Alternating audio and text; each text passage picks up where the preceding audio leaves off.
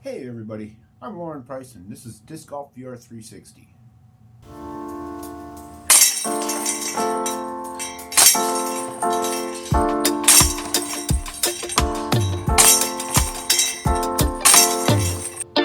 And today I'm coming to you from my studio editing suite here in Lake Elsinore, and I'm working on the Tales from Oak Grove recording that I did on Friday, December 5th, that they had for the 50th Golden Jubilee for Oak Grove, the Oak Grove 50th Golden Jubilee.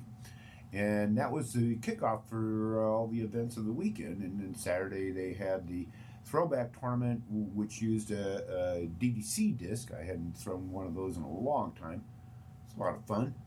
Got a chance to play with some of my old friends. And then on Sunday was the 4-player card that our UCI crew, the Zots, Bill Garrison, Carlton Waters, and Mike Molina, and it was actually Mike's first tournament. First PDGA sanctioned tournament at that. Wasn't necessarily a pro event, but anyways, he's excited about it. So everything went fine with the Friday evening event, except that the 2 cameras that I took up there kind of crapped out after, with about 15 minutes left of Stork's talk, and so I lucked out in that Mary Lou Stewart was recording with her iPhone and sent me a link. So I've put that into the video. That's gonna, instead of being 360, it's just your straight video. It's all the same. There's the Stork stories, and which you can't miss that. You don't want to miss that. I'd like to thank the Oak Grove Gophers, Tita and Stork, and the Horns, Mark and Susie Horn. I'm sure Chris was right there involved with that. Roger and George. I mean, everybody kicked in and made this a special weekend. All the events went off, and I know everyone had fun. That's the whole objective of the game, is have fun. I'm still working on editing the Colony 36. I will have them up in about a week or so. Kind of slowed down, turned my ankle on Sunday, so don't get to do some of the tournaments I was going to have play this next weekend. Anyways, hope you enjoy the video. It's in 360, so that means you can hold your phone up and turn it around and navigate and spin around. You can spin around and see the large group of people that came out for it.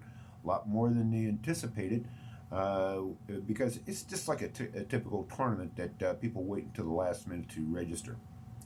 Had a lot more than 130 that they thought they were going to get.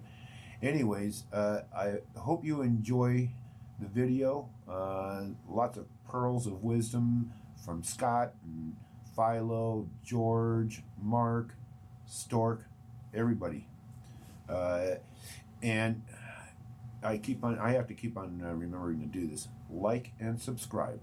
Remember that. Like and subscribe. Enjoy. What? If everybody could please take a seat, it is 7 o'clock and we are going to get started.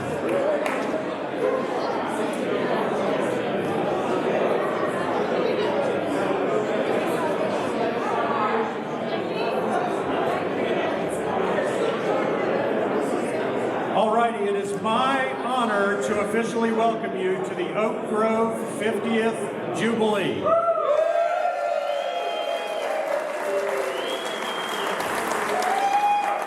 My name is Doug Bjerkaas, and I'm the Executive Director of the Professional Disc Golf Association. It is special for me to have been in California now twice in the same year for big events. Both trips have been great bookends to an exciting 2025 disc golf season, for me personally, which began in Stockton at the Champions Cup and is finishing here with this special celebration. And by the way, the PDGA definitely needs to get to the West Coast more often.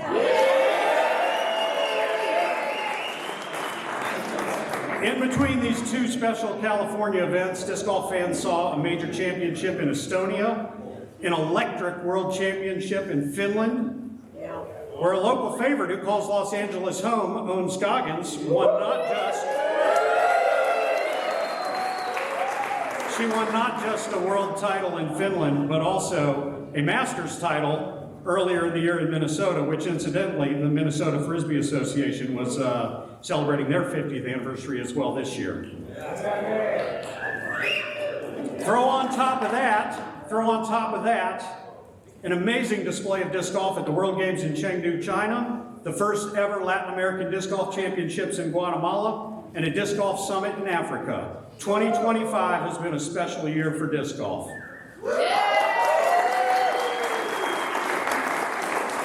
The amazing expansion of our sport that we have seen, not just in 2025, but over the last 50 years, started somewhere.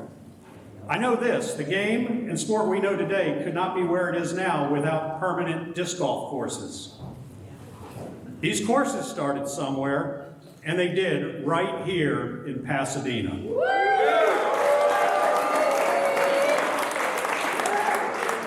Tonight we are celebrating and remembering the very first permanent course, Oak Grove, that was installed in its first iteration 50 years ago. Sit back and take it all in. We have several presenters tonight, many of whom were here when it all first started. Our first speaker, George Sappenfield, PDGA number 376, started playing with Pluto platters in 1959 and has never stopped throwing plastic flying discs.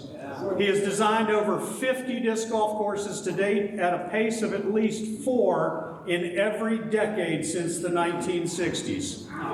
In 1969, George designed the first sanctioned 9-hole Frisbee golf competition as part of the All-Comers California meet at Brookside Park outside of the Rose Bowl. George earned a doctoral degree in physical education in 1984 from the University of Northern Colorado.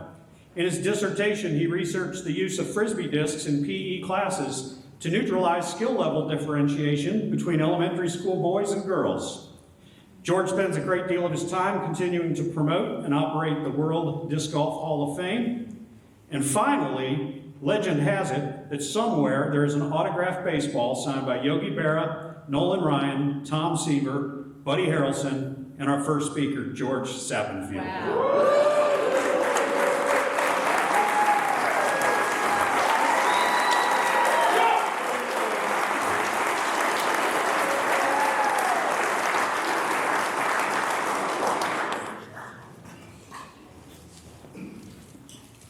I was trying to remember who I am. No, thank you, Doug.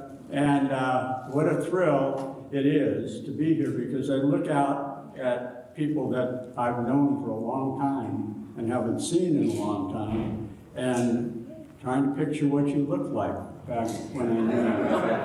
But I think I figured it out. Anyway, I'm going to talk a little bit about what happened before Oak Grove, because that's the premise of what we're here for. But there were things that had to happen before we actually opened the course. And so a friend of mine gave me a hat, and you can put up the first slide if you want.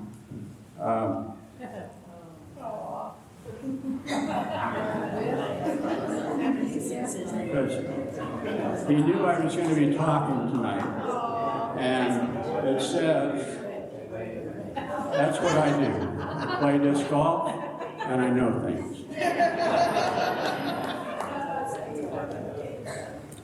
All right, so first of all, thank you to the Jubilee Committee and the LA Frisbee Club, everyone that had a part in putting this together. What a wonderful, wonderful event.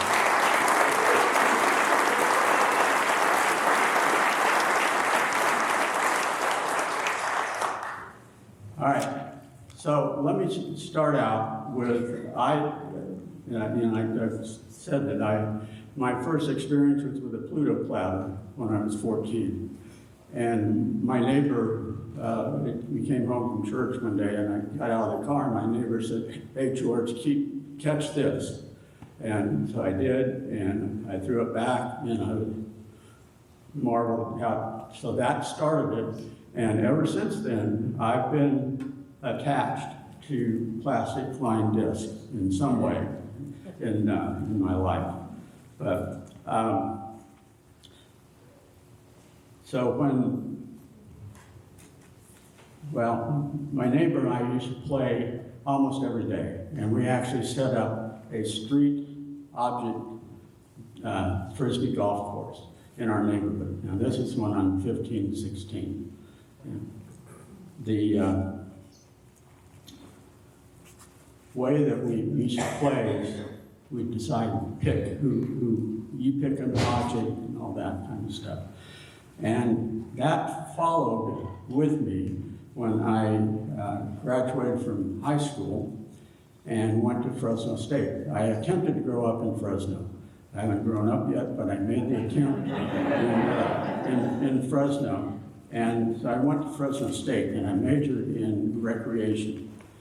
And my part-time job was a recreation supervisor, not supervisor, a playground leader.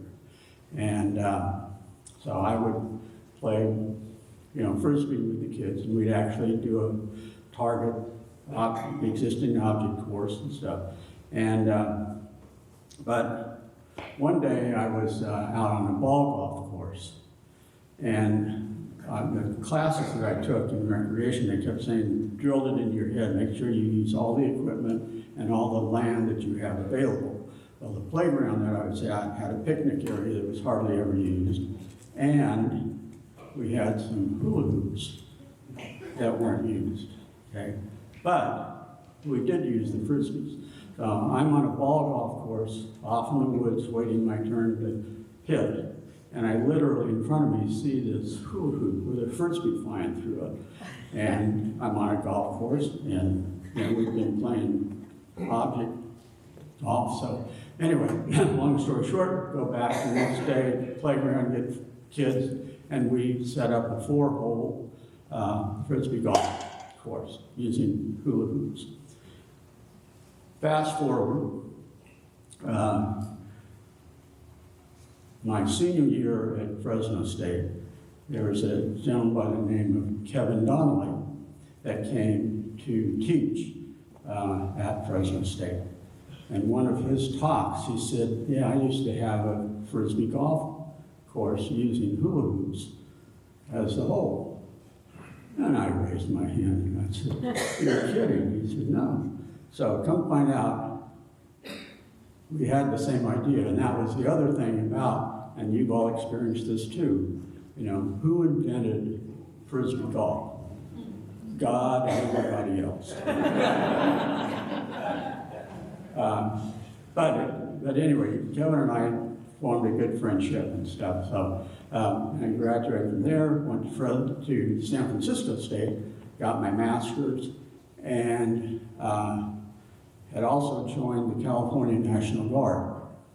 So in June 8th, I graduated from San Francisco State. On June 27th, I get my notice that I need to report for 6 months of active duty at Fort Knox, Kentucky. And you're flying out on July 4th. Okay? All right, so I had a week to get ready for this. Now, I wasn't too excited, obviously, about having to do this, but my obligation. So on July 4th, myself and 5 other people from Fresno flew to LAX, change planes, take the red-eye to Louisville, Kentucky.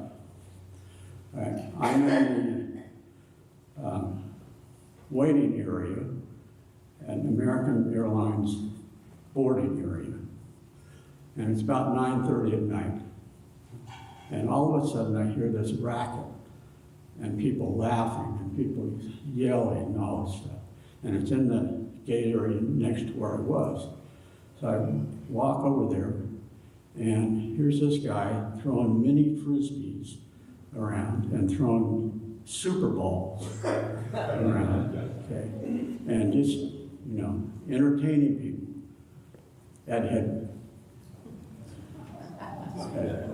I had joined the IFA because I was thrilled that I could be a member of the IFA. My IFA number is 209. I haven't met anybody that's lower than that. So, pardon? They are big. But anyway, so I'm just, all this anxiousness about going to basic training and all that went away. Because here is Mr. Whalen. I checked, who is he? He said, all right. So I go up and I introduce myself. And I said, I just want you to know that I'm IFA number 209, love it. Came up with an idea for Frisbee golf using a hula hoop, which is a Whammo product, all this stuff, okay? And Ed was paying attention to everybody else except me. And he said, pulls his card out and said, here. And that was my first experience with Ed. All right, so now I've got his car, flying to Louisville, I'm thinking, gosh, I was so excited, and all of a sudden he seemed like he didn't care. But I know why, because he was having a lot of fun with Super Balls and mini Frisbees. So, but anyway, I had that car when I had gotten a full-time position at Teneo Recreation Parks Department in Thousand Oaks. I was supposed to start July 15th. Obviously couldn't do that. So they moved it to January. So I go start my new job, but I had Ed's car. And I wanted to do a Frisbee golf tournament. So I wrote to Ed, said, please donate some hula hoops and Frisbees for this tournament, which he did. And so you can do the next slide now, I think. Yeah. All right. So we set up on May 3rd, 9 holes of Frisbee golf with hula hoops, vertical hula hoops. And this is a newspaper article that covered that. And Ed also sent out Irv Lander. You've been in the world of Frisbee and all that, you know that name. They had hired Irv to run the junior Frisbee contest and the hula hoop contest through recreation departments. And so Ed had sent Irv out to see what the thing was that I was doing. And Irv was impressed with it, all that. So long story short, that created a relationship with Irv. It then moved to, Irv also did the IFA then. And so Irv was impressed with the way I organized things. And so he asked me to help with the junior Frisbee thing and all that stuff. And he said that Ed was planning to do a tournament, an all-comers thing in November. And so I thought, well, shoot, you need to have Frisbee golf. Okay. So I called Ed. Ed said, no, you don't have space for it. And no, we're not going to do it. Okay. So I let that sit for about 2 weeks, and then I called back. And same answer. You know, wasn't that he wasn't rude or anything, he just wasn't going to fit into what he had in mind. And so, next slide, please. Oh, I'm sorry. That's some of the things on my course. It's like a miniature golf course. All right, next slide. All right. Irv had the regional finals for the junior contest, which involved catching, just catching behind the back, between the legs, and all that kind of stuff.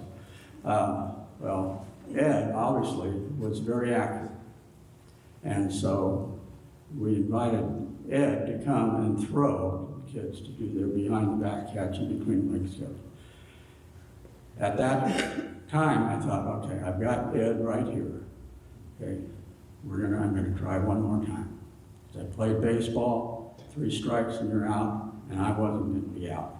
So I talked to him and he said, well, yeah, okay, we'll try it. Do 9 holes. And I wished I'd had a recording of what he said next. He said, we'll do it, but you cannot have a hole in the open area. It's all got to be in the trees around Brookside Park. The reason that is so interesting is because when we finally did try to put disc golf courses in parks, what did they say? You can't be in some open area, you gotta be in the woods and all that stuff. But anyway, so we did that. And next slide, please.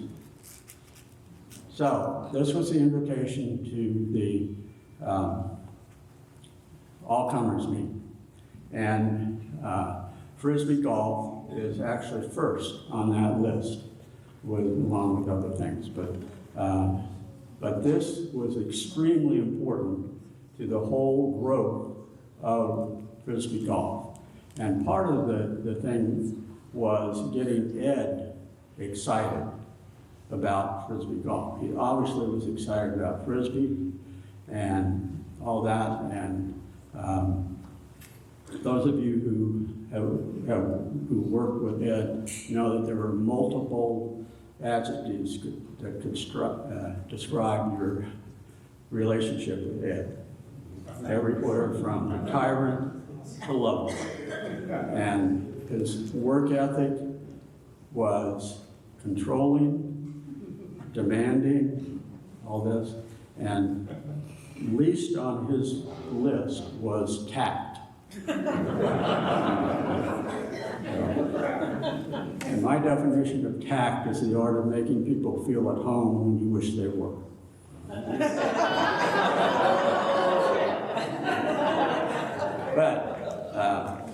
But that approach is why we are here celebrating what we're celebrating today. Because Ed, you can be mad at him and love him in the same sentence, but he did it. So, okay, next slide. All right, this is a picture taken at the all-comers meet. And in the middle, in black shirt, is Ed. Okay, if you go to the right of Ed, over 3 people, that's me. And then, if you look to the far right of the picture, is Stancil Johnson. Now, if you know Stancil Johnson, Stancil was God's gift to wonderfulness. And what's exciting about this picture, that was where Stancil, for the first time, played Frisbee golf. So, and he often reminded me of that. Said, I'm glad I came there, you guts or whatever else. So, anyway, the next slide, please. This is the results that was in the IFA newsletter. And in the upper left is Bob Payne, who was at that time general manager of Whammo, and Tom Seaver, who was my childhood lifetime friend. And I had taken Tom out there to tour Whammo and stuff, and they took that picture. But on the right side is an article about who won things at the all-comers meet. And Jay Shelton was the one that won the Frisbee golf. And if you look, you can't look too closely, but the middle person in that picture is a speaker that's going to be talking to you later on, Gary Headrick. Gary was the accuracy champion at that all-comers meet. So that's that picture, right? Okay, let's do the next slide. All right. This was, I did that in 1969 was the first Frisbee golf thing. So 1970 we did it again. And I had playgrounds design targets and stuff for the hole. Okay. So this was a newspaper article from that. And let's go to the next slide. Okay, that hole of King Kong, over his head, that was the all-time favorite. That won the most praise. And also was in, when Stansel wrote his book, that's a picture, he used a picture of that, that hole. So, to do the next slide. Okay. There were three people that Whammo had hired to promote Whammo products. One was Irv Lander, okay. Another was Tony Furman, who did the East Coast. And if you knew Tony, you would swear that he lived in New York forever. He just had that New York personality and stuff. But actually, Tony was born and raised in Glendale. And then the other person is Goldie Norton. And Goldie was the West Coast person. And those of you that remember back in those days, Goldie always wore a turtleneck to be 100 degrees, and Goldie would have a turtleneck on. And so Goldie wrote this book called The Official Frisbee Handbook. Okay? It came out in 1971, 72. Okay? These are all the how to throw a Frisbee, different games you can play, and all this stuff. There is one mention in this book about Frisbee golf. Only one. And it was in the description of a game that Goldie was describing of obstacle Frisbee. And the thing, you threw it around things, you can throw it at or in anything. But the other irony of this book, on the back of the book, you can go to the next slide. There's that picture that I showed you earlier with Stansel and all that. So, but anyway, those three people kind of had Ed's ear on things.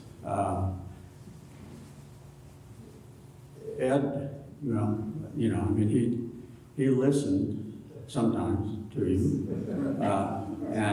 but he was always processing things and stuff, and so he would bounce things off people. The other thing that happened for me, in fact, when I met Ed in the boarding area, growing up, we used to say things that happened that were kind of strange and say, oh, it's a God thing that happened. And then there's a guy that wrote a book called God Wink Things. And these are things that you think, sometimes you say it's fate, but other times you think, it's how when you're with your great kids or grandkids or whatever, you kind of wink at, think it'll be okay. So that was a God wink for me. I was not happy about going to basic training, but anyway, but I met Ed, and that changed my life considerably. Well, in 1970, I mentioned Kevin Donnelly. Kevin called me and said that he had been hired by Disney to be in charge of the recreation programming at this new facility they were going to open in Florida called Walt Disney World. And he wanted me to come and work for him full time. Okay. So I was excited about that. And he said, this was in 1970. He said, I need to go to Disneyland, do some interviews, then we'll plan on leaving February of 1971. I did my interviews, said, all set. I'm in fairness to Recreation Department, Thousand Oaks. I said, I'm going to leave. So I stopped working there in January, met with Kevin in February, was going to move to Florida in March. And Kevin said, guess what? They've changed things around, so that position I was going to have you do doesn't exist anymore. But you can go down and work part-time. And he said, I'm sure something will work out. And I knew it wasn't his fault that it happened, but anyway. So I took a couple of days and decided, I don't want to risk that. I go back to Thousand Oaks to say, guess what? I'm not leaving. And they said, guess what? We've already hired your replacement. But again, that was one of those God wink things, okay? Because that forced me to make a decision. And my decision was to go back to Fresno, work for the Recreation Department there, and there was a part-time teaching position at Fresno State. And so I did that. Ended up having a one-unit Frisbee class, 1972, which was very interesting to try to get that through the system. But anyway, and had John Bird, if you know that name, Charlie Callahan, and John David. All three of those took that class. I did the class for about 4 years, and they did. And so part of that class was a thing. But the other part that allowed me to do was to stay involved with Irv and with WAMA. And so I would end up getting to be part of meetings and all that kind of stuff. So do the next slide. Okay. In 1972, the guy in Germany bought the rights to sell Frisbees, and he wanted the world Frisbee champion to come and do demonstrations. Okay, there was no world Frisbee champion at the time. But there were some of us who were world-class Frisbee masters. Right? So Irv sent him a list of 3 or 4 of us, and he selected me to go, and also Bill Schneider, some of you may know Bill. Anyway, so this is 1972. This is the first newsletter, the German version of the newsletter. And so I got to do that, and which was great fun and very interesting, and would take another 10 minutes to tell you about those stories. So let's go to the next slide. All right. Now, as things developed, and again, being involved with WAMO and all that, and with Ed redesigning all this kind of stuff, they were going to do the world-class model Frisbees. All right. Well, I know.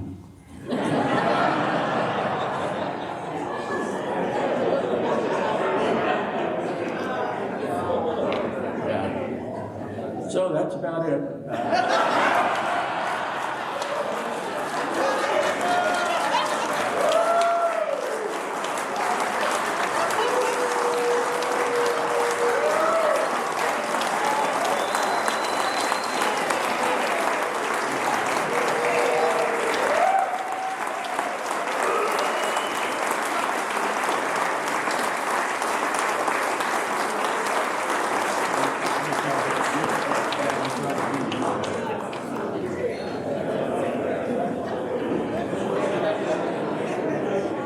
Anyway, I'm going to finish that story real quick. Yeah.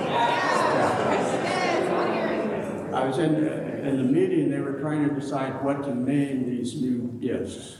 Okay, the eagle, all this kind of stuff. And so I said, well, tell me what the discs are. And they said, well, there's one that's this diameter weighs 119 grams, another one's 141 grams, another one 165 grams. And that was my 240Z sitting out in the parking lot. And so in my mind, well, that's a no-brainer. Okay? It's a 119G, 141G, and 165G. Right? That's how that happened.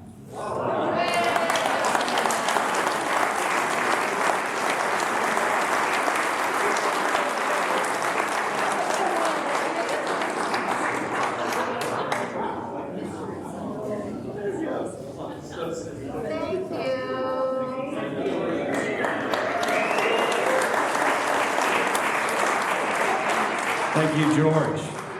Our next speaker, Mark Horn, PDGA number 67, began playing.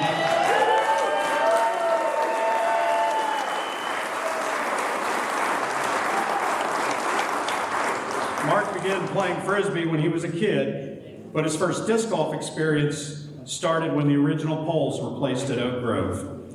Before there were PDGA World Championships, Mark won a Disc Golf World Championship in 1977 as part of the overall World Championships sponsored by Whammo. 2 years later, in 1979, Mark and some fellow disc golfers started a tournament many of you are quite familiar with called the Wintertime Open.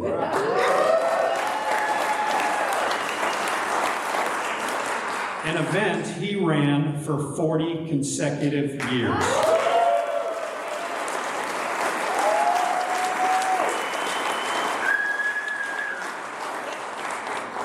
As impressive as that is, he did this all while working full-time as a nurse, putting in a ton of hours off of the course as well. I've been told that if I talk about Mark in the Wintertime Open, I need to mention what a family affair it was putting on the special tournament. Mark's wife Susie and son Chris.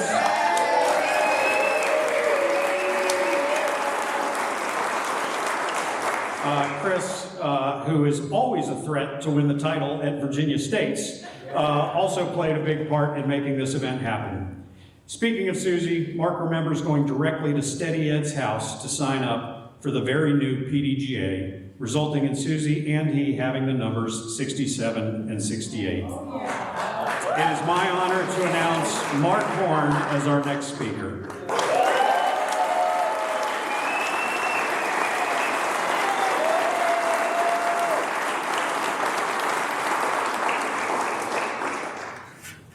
I know y'all are impressed with his IFA number of 209. Mine's 74. So 5 digits. And I don't know why I remember that, because I lost the disc almost immediately. So I'm here to just tell you a little bit about the Wintertime Open and how it came about. Because, well, many of you, but not most, remember that Whammo was at this point trying to develop Frisbee as a sport and not a playing game. And so they had started the North American series of overall tournaments. And they ran them all over the country. And you went to a tournament, and one tournament had golf and MTA and something, and another one had DDC, and you earned points. And then the top 100 point earners at the end of the year got a free invite to the Worlds in Pasadena. And they paid for everything. They flew you there, well, I drove. They fed you and housed you, and then they had the competition. And they held it right around the Pasadena area through 75, 76, 77 at the Rose Bowl. And then they decided that they were never going to use Oak Grove again for golf, and we were very depressed. And so we decided, since the North American Series started in March of every year, we were going to hold a tournament in February so that people remember Oak Grove, and that as a warm-up for the North American Series. So 6 of us, John Jewell, George Morris, names you don't know, Bill Nash, Harry Gillingham, Alan Fridge, and myself sat at my kitchen table and we said, what are we going to do? So we had a mini overall where we started with golf and freestyle and MTA, which MTA was across the street because there was no room at Oak Grove to do those, and you don't want to run on that ground anyhow. And we ran the first one, and we planned on 65 people. We just thought that's a big number. So we advertised it, sent out little thing, told people about it, and ordered 100 discs to give people to play with 119s, and got 125 entries. Wow. So I had to mail 25 individual discs out to people, so it was a financial loss. But it was very successful, and people were hyped, and it definitely put Oak Grove on the map again. And then the second year, we had the famous Soak Grove, where we were still using the 119s, like heavy plastic hadn't been invented yet. And it rained hard enough, there were rivers all over the course, and they let the dam fill up. And the day after the tournament, some kids went on in canoes and picked up 100 discs, floating on the water. And we created a rule where if your disc went in the water, you had to, where it went in was where you played it from, but it wasn't the stroke. But it was definitely lost. And that was the start of the Wintertime Open. And then after that, it became my thing. I kind of kept pushing it, and I had help all through the years. And it was just an awesome event to have. And we used 2 courses the first few years. We used Sylmar and Oak Grove. And we'd have these years, we had a lot of rain this first few years. So half the people would go play one course, half people would play the other, and the 2 people running it had to do scorecards while they drove to the other course on the way back, so we had them sorted and ready to put them on a hole by the time they got there. 25-minute drive, you had to finish the scorecards, get them done, and get the new ones made out. And people had to get their lunch in that same period of time. And then we cut to 72 when I finally had pros divisions. I did like the pros in the ball golf. You've made the cut, you made money. So the bottom person got their money back, and we spread it out evenly across the hill. And that was the golf portion. And we had multiple events for quite a few years. We changed from MTA because it was too expensive to be up there, and we went to Guts. Yeah. Those of you who know Guts. But we did Guts not like the Guts tournaments where it's, well, you don't get to pick your team. You just tell me you want to play, and I pick your teams. And we took people we knew could throw hard, and we just spread them out. And they're usually about 10 of them. So that was 5 teams right there, and then it was kind of random. So, and unlike Guts tournaments, you had to throw in order. So it didn't matter who touched it first. It was whoever's turn it was next. So you usually had 3 very weak throwers, or relatively weak throwers. So we had teams with weak throwers who surprised you by scoring and by catching. And it was just tremendous fun. It got a lot of press. In fact, I got one of my sponsors, I got that way because Bud Light upped their money, doubled their money, when one guy wore a Bud Light shirt.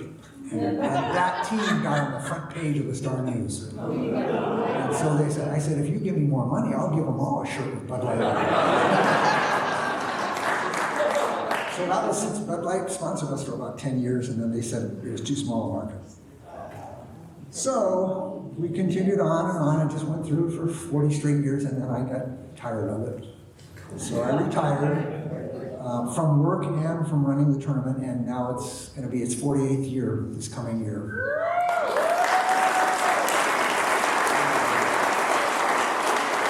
During that time, and you know, my number is 67, and now they're over 300,000. And this tournament tomorrow morning, our little throwback tournament. Now, for those of you who don't know, you're either at 8 o'clock or 12 o'clock. It's not tea times. Get there early because I'm going to give you the disc you're going to play with. And you can play with that disc and only that disc, so don't get it stuck in a tree.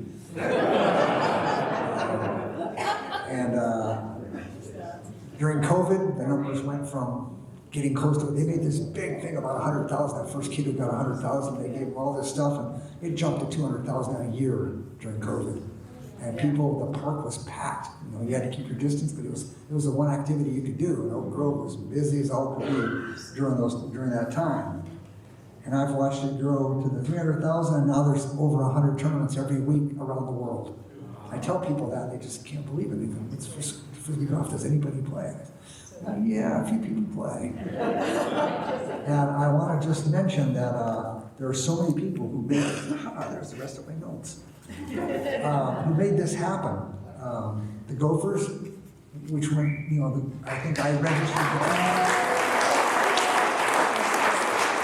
the team in 75, and it was active with like about, 60 members, and it kind of faded out, and then Aaron White and Amber McCauley and Howard Tant, really, he got us our nonprofit status as the Pasadena Bjerkaas.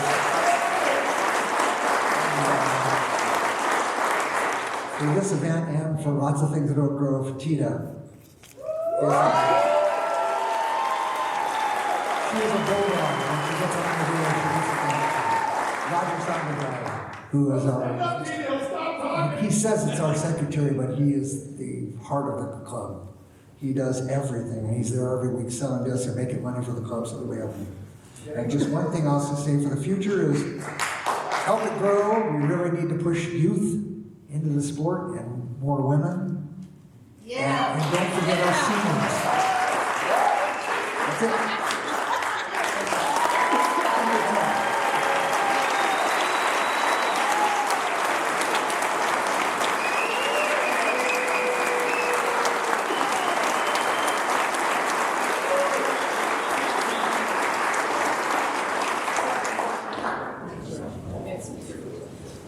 At 7 years old, our next speaker played his very first round of disc golf on the only permanent course on the planet at that time, Oak Grove. Scott Stokely, PDGA number 3140. He may have only been 7 years old when his disc golf story started, but what a start to a story it was and continues to be. In February 1985, at age 17, Stokely became the youngest player to make the finals of Oak Grove's showcase tournament, the Wintertime Open. After being away from the game for a stretch of time, Scott returned to competitive disc golf and has proved to many that disc golf is not just a sport that can be played at any age, but in some cases, competitively in age brackets where fellow cardmates are close to 40 years younger than you are. Scott has authored multiple books about disc golf. He has won several championships over the years and has traveled the world playing and promoting the sport of disc golf, including one time in the late 1990s when he hosted a clinic and a doubles event in Abilene, Texas, where a relatively new disc golfer, PDGA number 14902, was blown away by how far he could throw a disc. Speaking of throwing far, Scott has held several distance world records as well. Finally, someone local shared with me that young Scott was known to have so much snap when he released a disc that it would result in blood showing up underneath of his fingernails. Wow. Next on the tee, Scott Stokely. I'm Scott Stokely. I played my first round of Frisbee golf on the world's first permanent Frisbee golf course, Oak Grove Park, when it was the only Frisbee golf course in the entire world.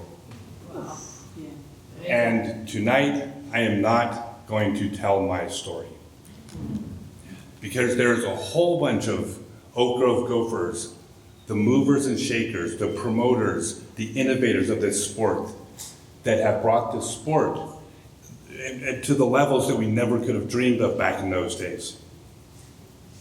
And I'm not going to tell their story either. Their story is being told tonight, just not by me. Because there is another group of Oak Grove Gophers whose story is rarely told, but should be, because their story is as important to the history, not just of Oak Grove, but of disc golf, as all the speakers and all the promoters here tonight. That's the story I'm going to try to give a voice to tonight.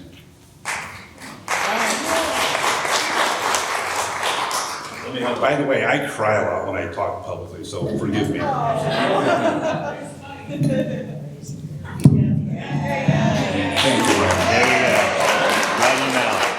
Okay.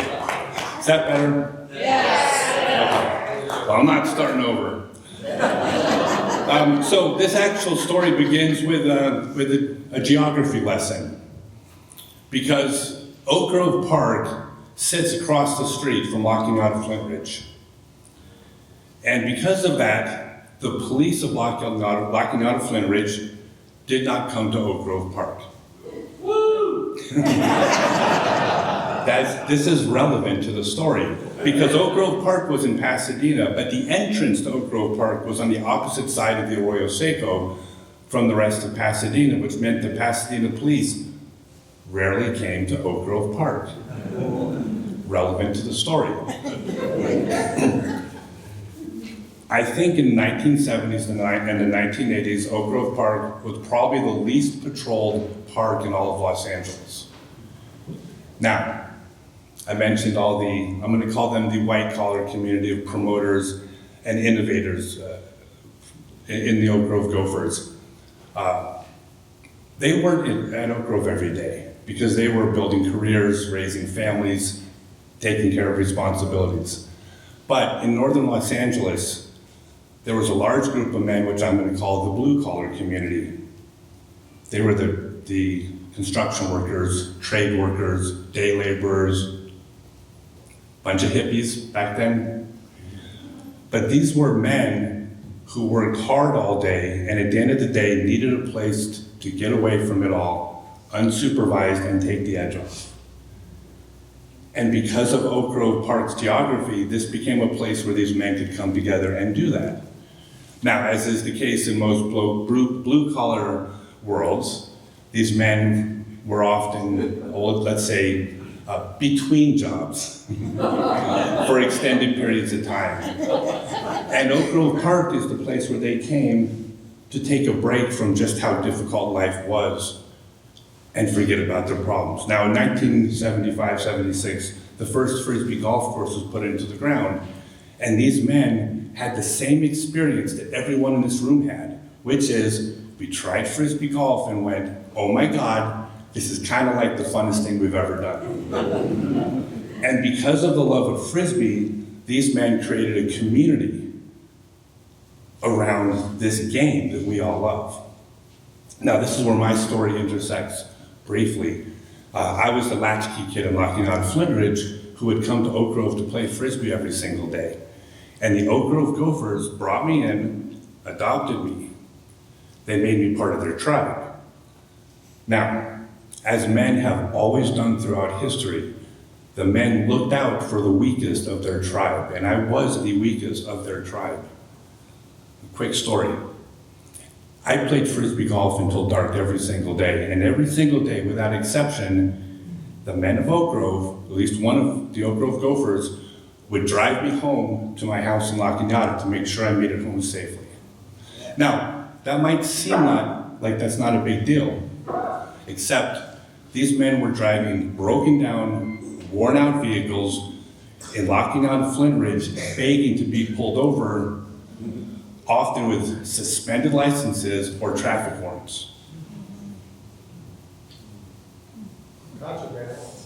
Getting me home safely was more important to them. They looked after the weakest of their tribe. But they didn't just look after me, they looked after each other as well. I'll give one story. Anyone in the old days will be familiar with this. The police rarely came to Oak Grove Park. But if they did come, the first Oak Grove Gopher to spot a police officer would shout, "Car!" And throughout the park, you all remember this, throughout the park you would hear an echoing of cops, cops, cops, cops. And then the Gophers would set down their Pabst Blue Ribbon. There was no microbrews back then, not at Oak Grove anyways. They would set down their PBR, they would walk 6 feet away, and they would putt until they were free to enjoy their slightly warmer beer at this point. This community formed around Frisbee golf. But it was more than just that. They formed a family because they didn't just look out so they could drink beer in the park. They also loaned each other money, they bought each other meals, gave each other couches to sleep on, found jobs for each other. They provided the emotional support that blue-collar men provide in our own unique ways for each other. They formed a family. Now, Why is this important to the history of disc golf? Well, the reason it's important is not long after a course popped up in La Mirada, and the exact same thing happened there. Then it happened again in Sylmar, in Huntington Beach, Morley Field. It happened at the Northeast Lions in Tulsa. It happened at Brom Springs in Huntsville. Honey Bear in Peru, Indiana. This crazy experiment where a bunch of blue-collar, mostly hippies back then, came together and found this love of throwing plastic things into metal things and then forming a bond and a family out of it. This experiment got replicated not just at these courses, but then in cities, and then eventually Canada, Sweden, Japan, all over the world.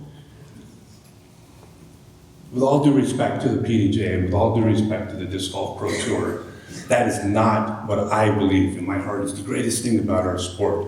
The best thing about our sport is the family that is formed around it.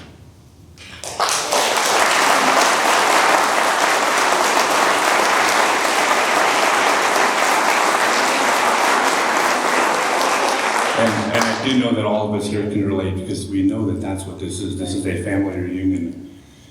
So the Oak Grove Gophers weren't the only family. They weren't the only Frisbee family out there, but they were the first. They were the origin of the disc golf Frisbee family. And as communities have sprung up, we're more than 10 million members of our tribe globally. Every one of those new communities has a piece of the Oak Grove Gophers in it because it all began here, and tonight, the Oak Grove Gophers, the forgotten Oak Grove Gophers, is who I want to remember. Thank you.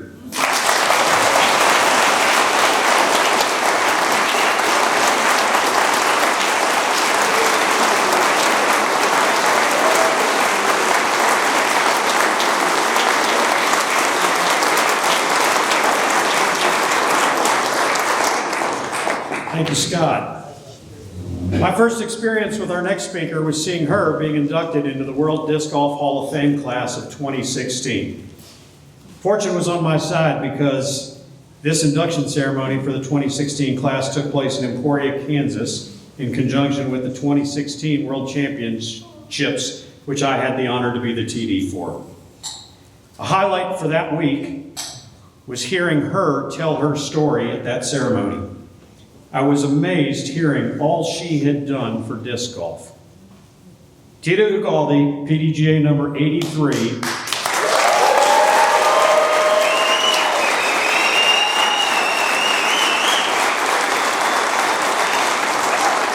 impressed the heck out of me. It has not stopped though. The Hall of Fame was not Tita's final chapter. She continues to invest into our great sport. Seeing her still today traveling the world promoting disc golf makes me smile. I've just recently, while in Guatemala for the Latin American Disc Golf Championships, seen examples of how influential Tita has been, specifically with the fast-growing group of female disc golfers in Latin America. She started in Frisbee by playing catch with her family in 1972. Back to Latin America, she represented Mexico at the World Frisbee Championships. A piece about Tita was published in Sports Illustrated's Faces in the Crowd feature. Most of you will think I'm lying when I say this, because she absolutely does not look this old. But this is Tita's 50th year playing disc golf.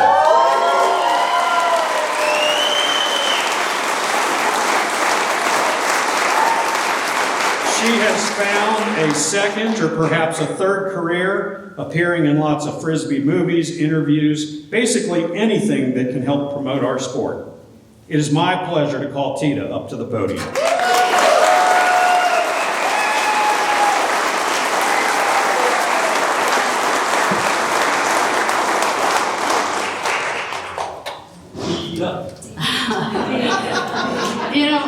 I look at you and I'm like, oh, thank you, thank you, thank you. Thank you so much for being here with us. Yeah, thank you. A lot more thank yous go out to the City of Pasadena, the Oak Grove Disc Golf Board, all the volunteers. You'll see us wearing Los Angeles Frisbee Club shirts. Lots of donors, PDGA, the Jubilee Committee that worked so hard to put this event together for the last 2 years. And then there's Ed Headrick. I thank him for his mind for inventions and his heart for his passion. Now I have a special award to present. You've seen his design everywhere, on stickers, on shirts, on discs, and now on beer cans. Roger Sondergaard.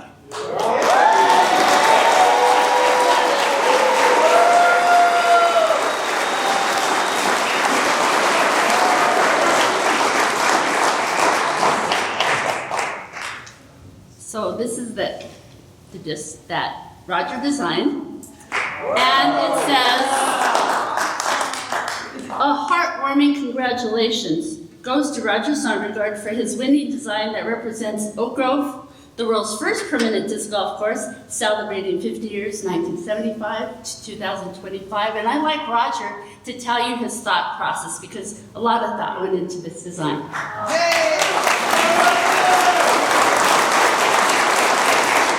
Well, I'll try to remember most of it. So we have, of course, the lines of Headrick, and the gold line, which there is one of, the outer line, that represents 001, none other than Ed.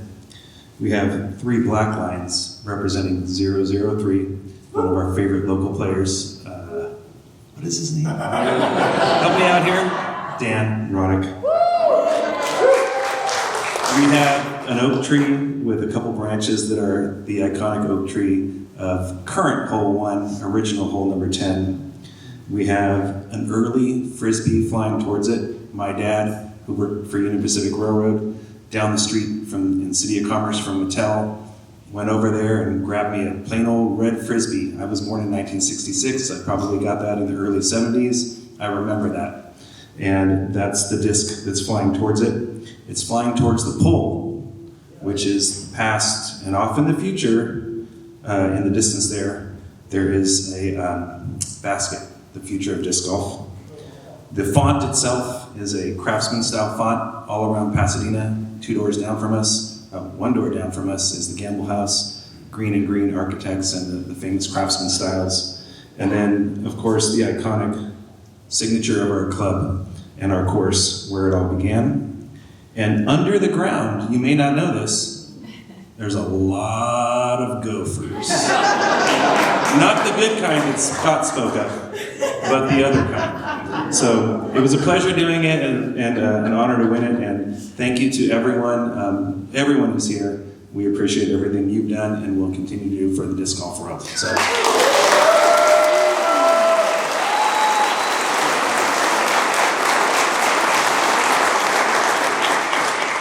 Roger may be the best lost disc golf guy in the world. I did find Mark's H5 also. That's true. There is another special presentation to someone, oh thanks. To someone we all know. Let me tell you first how this came along. I was playing disc golf at Sam Barron's, and he said, Tita, what can I do? What can Hero Discs do? How many discs do you need? 100, 200, 300? I said, sure. And when I went to pick him up, he gave me 200 so that we could just give them to the kids. He says, but then I made a real special batch. He made gold. Yes, gold discs. And he numbered them from 1 to 100. And this one is number 3, because he said, this one I want to go to Dan Stork Roddick. But there's more. He said,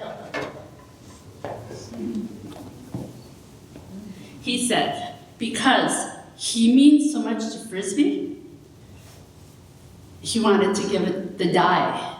The die, so, yeah. And he says, Tita, please come up with a plaque. So, John and I, thanks John, worked really hard on this, to Dan Stork Roddick, AKA the father of Frisbee, for decades of creating fun disc games that bring us together. We thank you.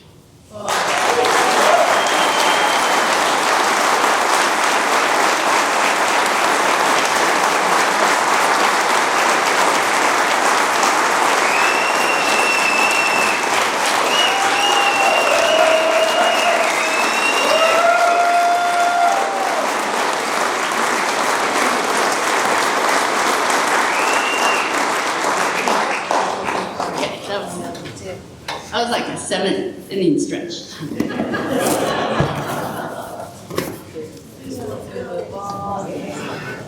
You know, classroom teachers at Realia. So, the Los Angeles Frisbee Club. Yes, we're celebrating Oak Grove's 50th anniversary, but did you know that we are also celebrating the Los Angeles Frisbee Club's 50th anniversary? Before the Oak Grove Gophers, before the Oak Grove Disc Golf Club, before the Spider Hole, the Green Monster, there was the Los Angeles Frisbee Club. And this is a tale of one of the best days in my life. It was December 1975. My brother Jesse heard that a group of Frisbee players were going to get together to start the Los Angeles Frisbee Club. And the meeting was being held at Oak Grove Park. So, yeah, right? This is original artwork from Whammo's art department. Thank you, Gary Perlberg.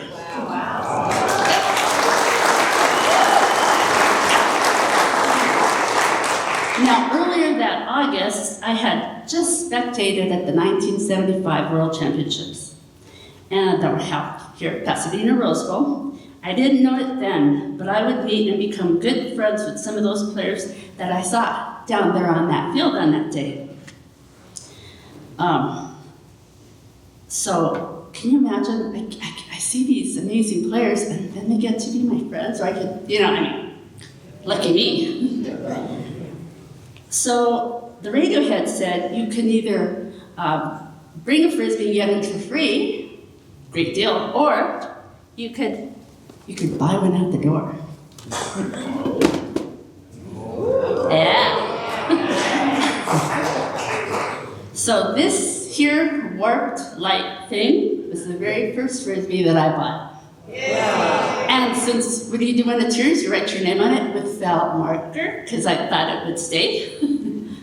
Can't see it, but there it is. So, of course, I took it with me to the club because I had my own Frisbee, right? At that meeting. And Los Angeles Frisbee Club was, of course, Stork's brainchild.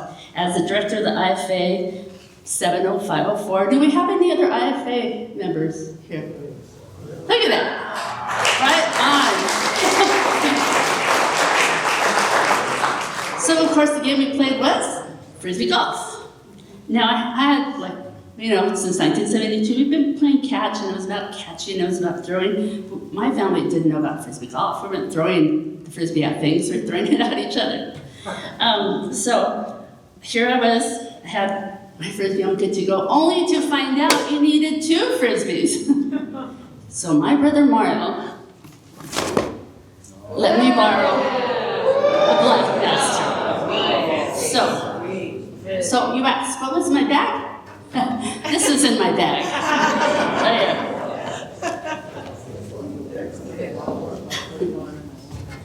Okay, so how did I do? Yes. Well, I was in the division of 16 plus. Here's my certificate. I have evidence. It says IFA, and it was signed by you. IFA director. Oh, by the way, yeah. And it was, the date is 12/27/75. Wow. That's why we're celebrating it in this month of December, right? Well, after the first round, I was in first place, but tied for first place. And I remember that Stork was really animated, and I didn't know what was going on. I just know that we were all going over to hole 1, which is now hole 10, which is now hole 1, and I heard something like sudden death. And as a second language learner, well, that was a little scary. And the pin was straight ahead, 59 yards, and my opponent threw it really great. I hit one of the majestic trees on the left, oak trees, and then she threw a nice straighter shot, and then my next one was better, and she missed her putt, and I made it, and the crowd went wild. Or in my mind it did. But, so what was my trophy? You ask. Yeah. A packaged 141 exchanged 141 discs. And now, because the club is sponsored by Whammo, these weren't for sale yet, but we got packaged 141. Right? Time. There you go. So, it was on that memorable day that I got to meet so many great players. And my family really was so supportive. And my father went to the DMV and he stood in line. Now that's love. To get me this license plate.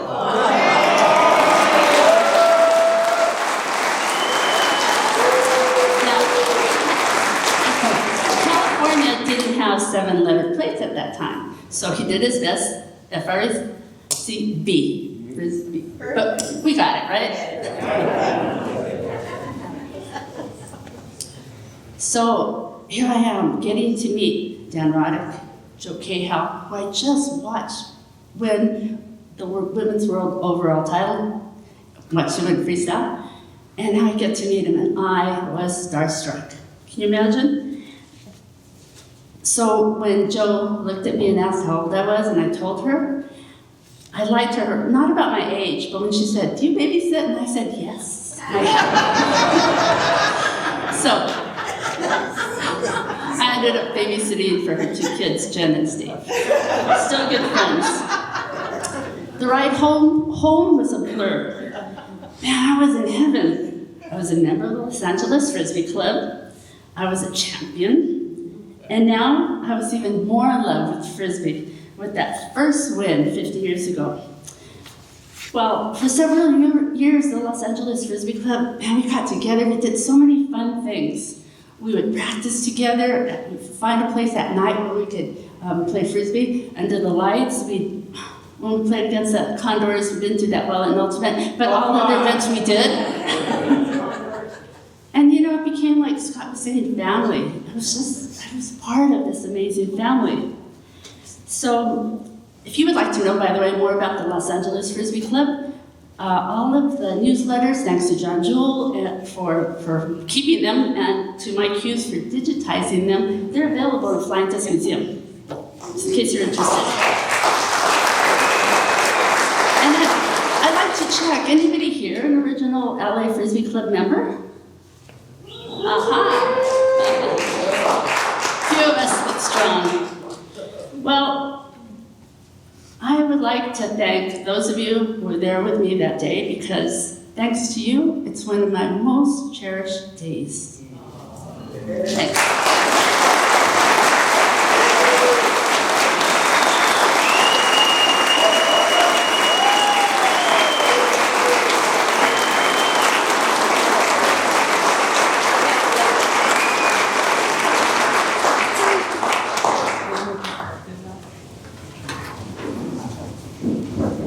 Next up, we have a special recognition for Oak Grove from UDisc.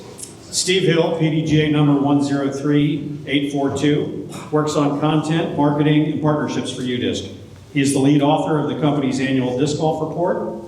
He got his first taste of disc golf when his dad dragged him to the course when he was about 8 years old. Incidentally, Steve was complaining all the way to the course. It took him rediscovering the game as an adult in 2011 to truly fall in love with the sport. Steve has been fortunate enough to turn that love into a career in the industry, and most importantly, he's still playing with his dad, but now the complaints are saved for when they miss easy putts. Steve Hill. It's quite the contrary. I'm just one of millions of players who's been able to go out and play disc golf because of everything that started here. And so, on behalf of the millions of other players who are just regular old disc golfers, who wouldn't have been able to do this, but now have a course in their town because of everything you started here. Personally, I just want to say thank you.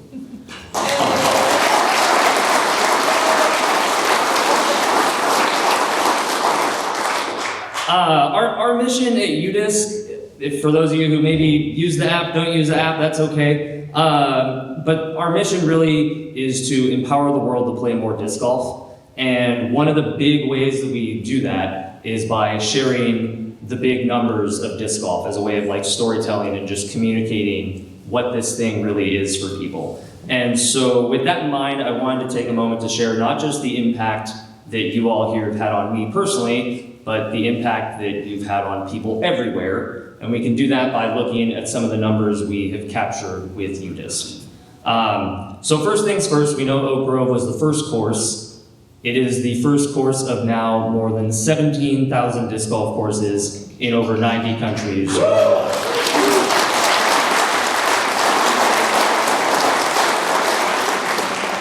It's amazing. Obviously, players from all 50 states have traveled here to Oak Grove to throw alongside a lot of you, but also players from almost a third of those 90 countries have visited the area as well. And you know, that includes like the expected disc golf hotbeds we all know of, right? Through Finland, Norway, Sweden. We have some of our friends from Canada, I know, who are also in the house tonight. But it also includes people from, you know, Australia, Singapore, Thailand, Uruguay. People from everywhere have come here to enjoy what you all built. It's incredible.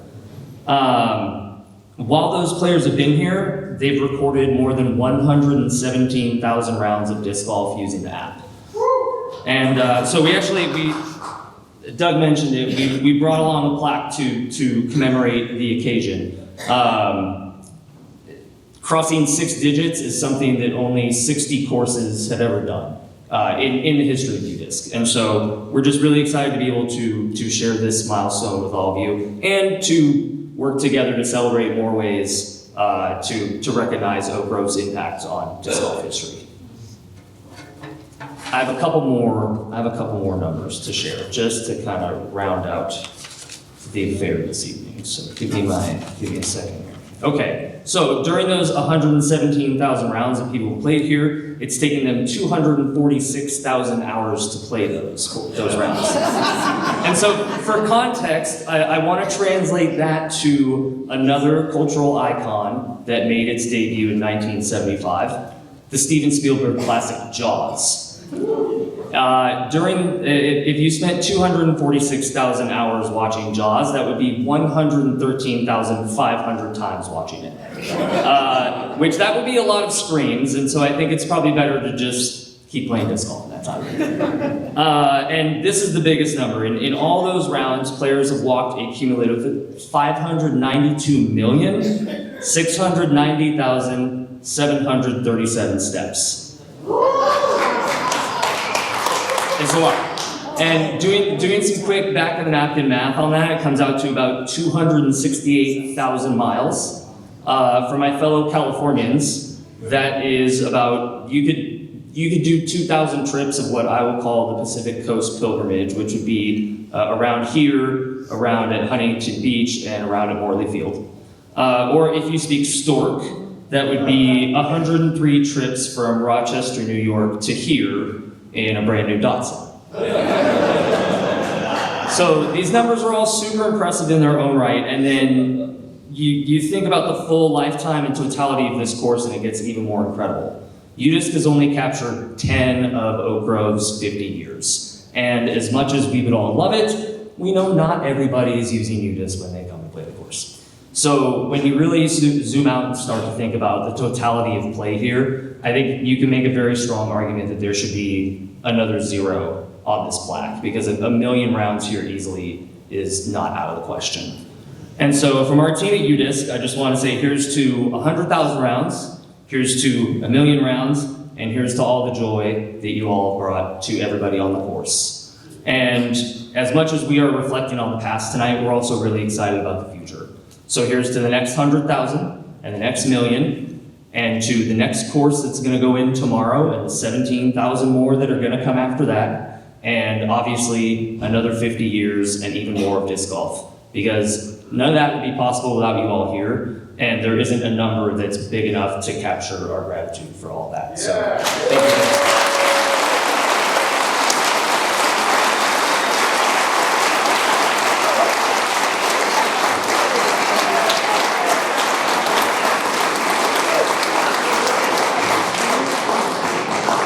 Thank you, Steve. Our next speaker is another disc golfer that discovered the game at Oak Grove. This was long before he became one of the most prominent faces of our sport, when the albatross that he threw in at Beaver State Fling was seen on almost every channel possible. This clip that has helped springboard our sport to new levels may not have happened if it were not for Oak Grove, the course where it all started for Philo Brathwaite, PDGA number 26416.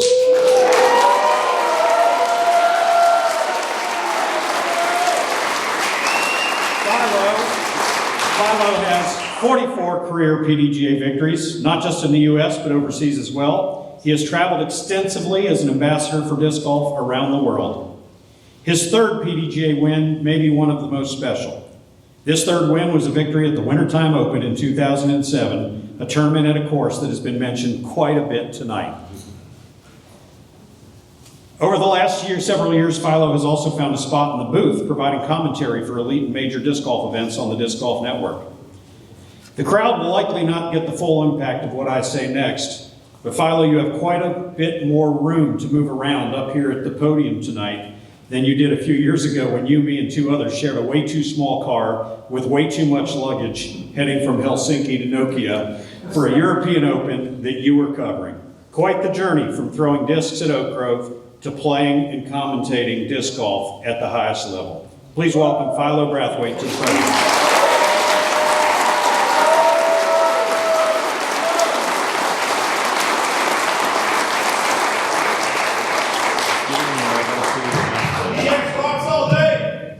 Oh boy.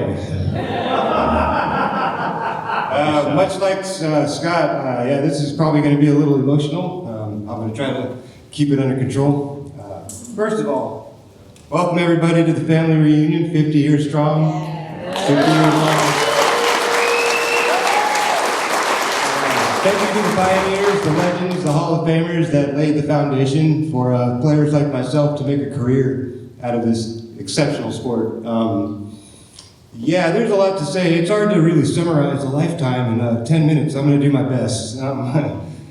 My experience with OG was a lot like Scott in similar ways. The blue-collar gentleman that I would say molded me as a player from the beginning. It really didn't start out like inspired to be a professional, I would say. I think it was just a fun thing to do. I loved people.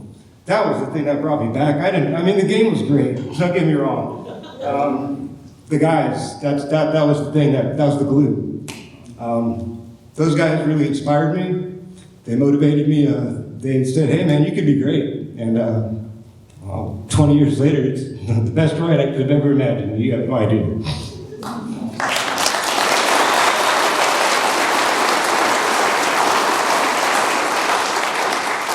Okay, let's try to get it together here. Unbelievable. There's a bunch of names. Maybe you know, maybe you don't. We're just going to run down the list. For me, it started with Kevin Smith. Unknown, basically in the world of disc golf, but he's OG all day. That's the guy that brought me out the first time. He gave me a beat-up purple Cyclone that was like a paper plate. I mean, you guys talk about your 140s. I would rather throw that than that purple Cyclone, honestly. But yeah, those guys were like, yeah, dude, you're a loose cannon, and once you figure it out, this is probably going to be the most important thing in your life, and they were not wrong.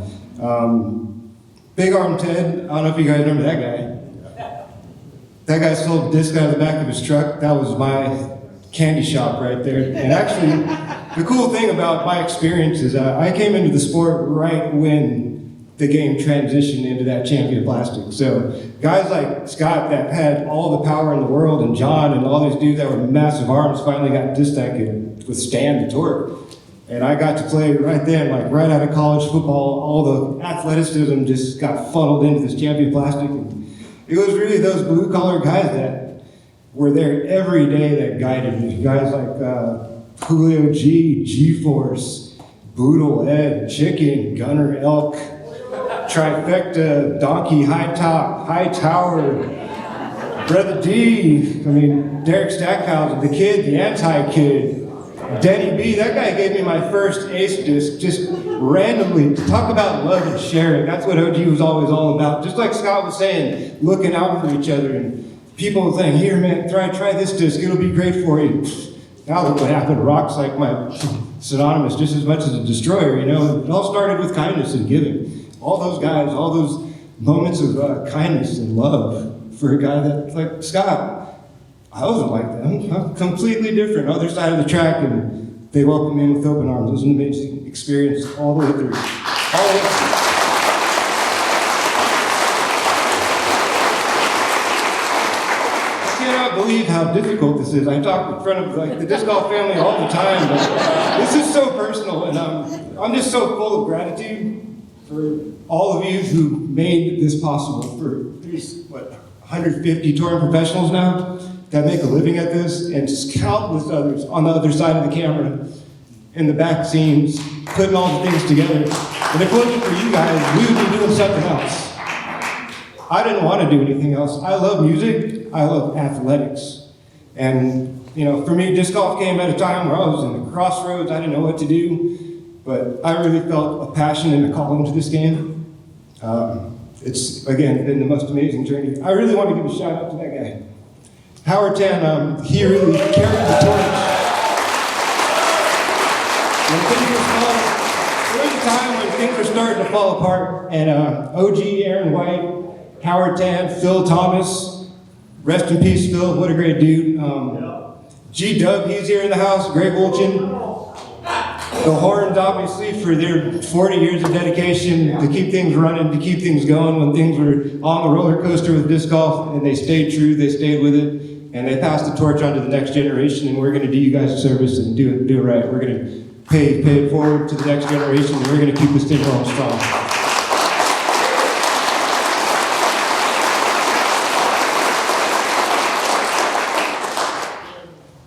Well, you know, I could stand up here and ramble about all the cool things that happened for me in my career, but I guess you guys could look it up on the internet. I just want to say thank you again. I don't know where my life could be, but I am in the right place, and it's because of you guys, so thank you.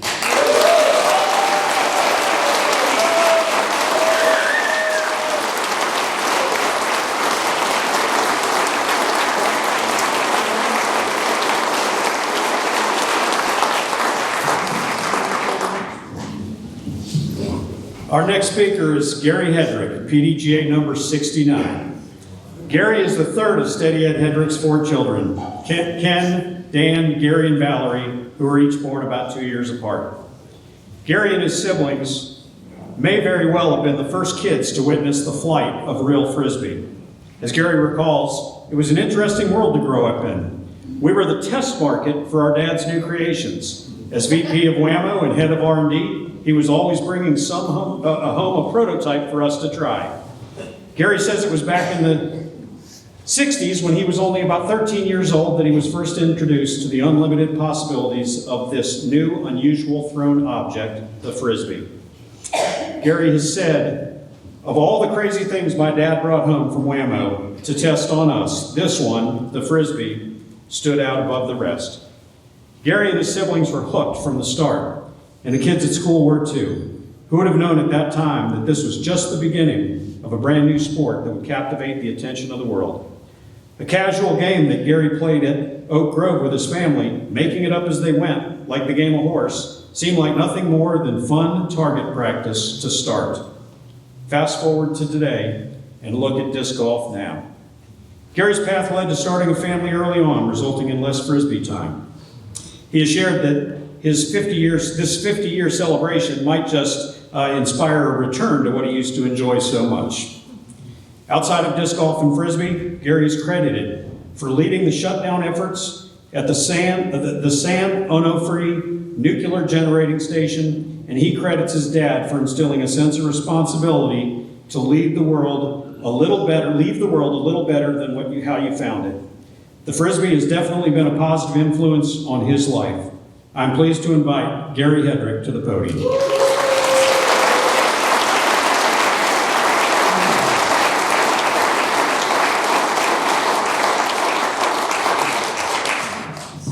Well, can we get the slides running? Because I want to start with that first one. I love it. Yeah. Hey, don't talk about the hair, all right? No, I love that man, and I know so much more about him than you know, and it's my honor and privilege to share some of our personal stories, to give you some insights into maybe some of the things that motivated him or made it work so well, and why we're all here. But, you know, I just want to thank all of you for being here. And, you know, I'm doing this for my dad. I'm kind of like the intermediary. And I feel your love. I've always felt it in this group. And I feel like I felt it when Dad passed away on the golf course in Florida. That was a stroke that really cost him. But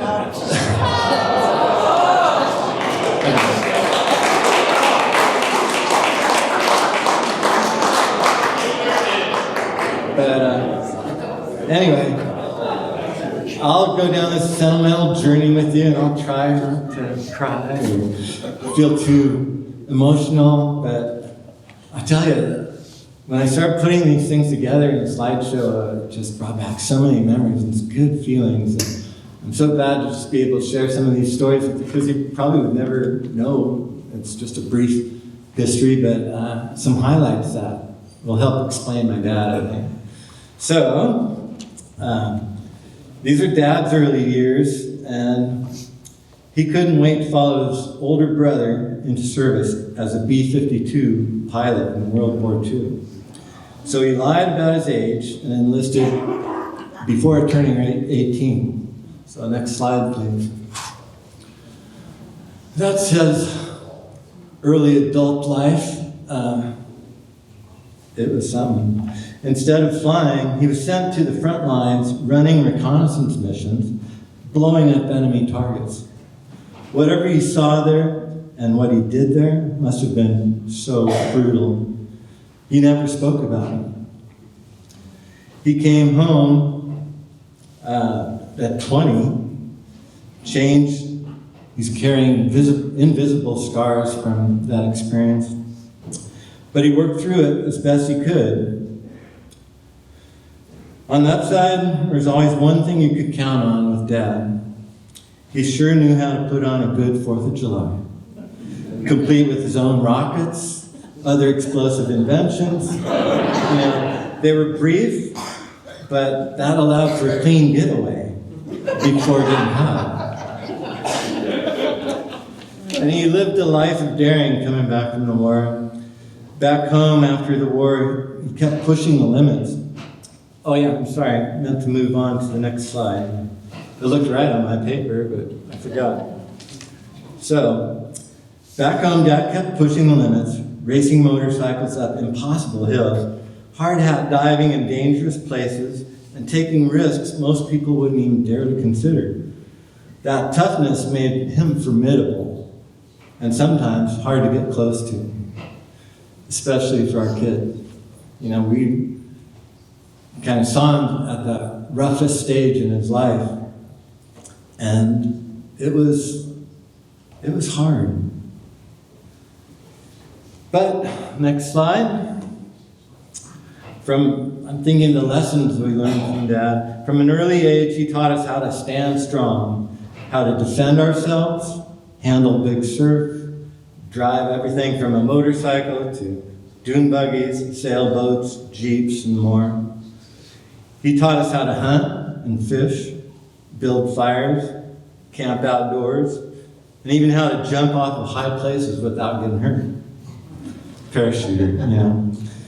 He also made sure we knew that there would always be consequences for bad behavior. So I'll just leave it at that. So, Dad's first chance to prove himself at Whammo came when they wanted him to improve the Pluto platter. He said he would work for free for 3 months, and if they liked him, he'd get paid in full, and then they'd pay him what he asked. So, after many jobs, Dad landed at Whammo, where it finally felt like he discovered his purpose to invent, to play and to spread the fun. Next slide. We became cheap labor for the quirky commercials. I don't know if you ever saw it. Buy Whammo. But we also got to test the toys the world would never see. That was the fun part. Like, that we were experimenting. And the next slide shows some silly dude with something called super stuff. That was my debut. I never really made it in the movies, but you know. the way the super stuff worked was the first stuff Dad brought home was a can of gooey brown stuff that looked like boogers. And the whole idea was to take the boogers and stick them on places, like gross out your friends. We thought it was great, but then they had to clean it up. Anyway, being Whammo Kids made us popular at school, and we loved being an extension of his informal marketing research. So next slide, please. I'm pretty sure we were the first kids to play with the Frisbee made by Whammo. Dad brought it home, and it was just this plain old red disc. Prior to that, the only thing we'd done was throw balls or hit golf balls, and the experience was so amazing. From never having seen anything fly like that, like a curve in the air, you could skip it off the ground, bank it off the walls, and even make it fly back to you in a boomerang. We just had so much fun the first time we saw one. Can you imagine feeling, never having seen a Frisbee, and a young kid, like, what? You could do that? It's just, I still remember that moment. That Frisbee, I don't know if that's the one, but that looked like it. It just brought back memories when I saw it. Next slide, please. So in 1968, Dad took us on an unforgettable trip to a brand new Club Med on Moorea in Tahitian Islands. We packed up like any family heading to paradise. Next slide. Except our baggage included boxes of Frisbees and hula hoops to share with the locals. So, of all the inventions Dad worked on, it was the Frisbee that opened him up, helping him form genuine connections with people everywhere. And we feel that tonight, I'm sure. Next slide. So this is after Dad had a stroke, and family and friends gathered to celebrate his life with him while he was still able to communicate with us. In his final days, so many people told us how their lives had changed forever for the better because of him. Because of the simple plastic disc. Next slide, please. We all took turns reading emails from well-wishers, probably some of you from all over the world. He always spoke of his Frisbee family with deep gratitude, a community that was welcoming, playful, inclusive, and filled with love. Next slide. Then in peace and tranquility in the comfort of his own home, surrounded by loved ones, it was over. And his wish for his ashes to be added to the Frisbees was fulfilled. That's all I got.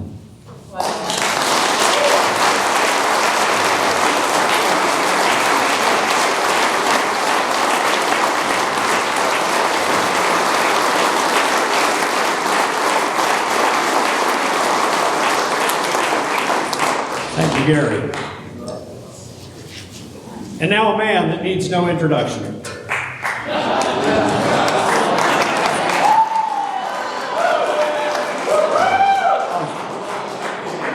On a serious note, one of the greatest privileges I have had in my entire professional experience has been to spend an hour on the phone or in a video conference every 2 weeks with our next speaker.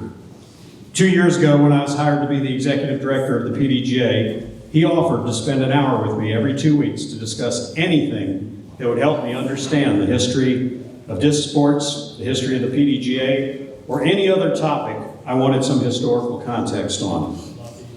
I quickly said yes, and I sometimes have to pinch myself, knowing that every 2 weeks, I'm in the presence of greatness. Not just Frisbee and disc golf greatness, where our next speaker is a member of, I think, every single Hall of Fame for every Frisbee or disc sport there is, both nationally and international. But more importantly, I'm in the presence of human greatness. He is one of the wisest people I have ever spent time with. He's one of the most passionate people I've met as far as his love for disc sports go. His ability to listen first and respond last is second to none. What he has provided to me over the last 2 years on every other Friday afternoon, morning for him here in California, has made me a better PDGA employee and a better human being. I could talk about all of his accolades, but by the time he gets up to the stage, we would be celebrating the 51st year of Oak Park. Please welcome PDGA number 3 to the podium, Dan Stork Roddick.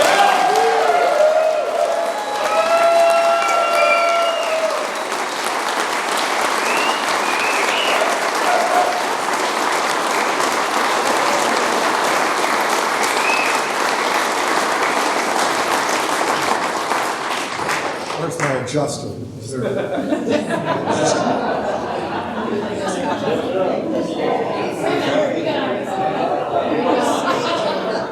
Hold on a second now. How high did it go? It'll go higher.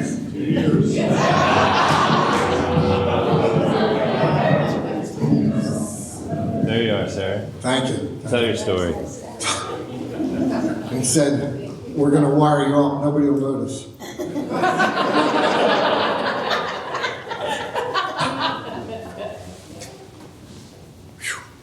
I said when I got out of the car this morning, I was thinking, am I dead? You know, wherever you look there, all your friends, everybody you look, it's your friend. It must be, I'm dead. Must be in hell. That gets nothing. I must be in hell. This could be tough. Thank you. Thank you. Thank you so much for joining us this evening. We originally were planning to be across the street at the Historical Society. One of our wonderful partners, because of course we're celebrating a unique part of Pasadena history. But this got a lot bigger than at least I thought it was going to be. Thanks to Tita, Roger, and others, I thought it'd be friends and family. And all at once, it's big. And Neighborhood Church has been a wonderful, welcoming partner for us. And it feels right. It feels right to be in this sacred setting with you for this gathering. Yeah. This works better when it's in your mouth. You sure? Yes.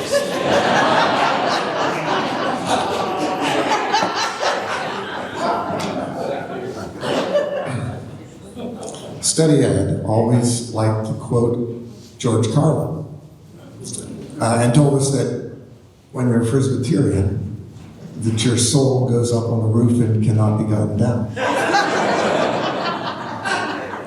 But of course we know you can just take one throw and put it down and play on,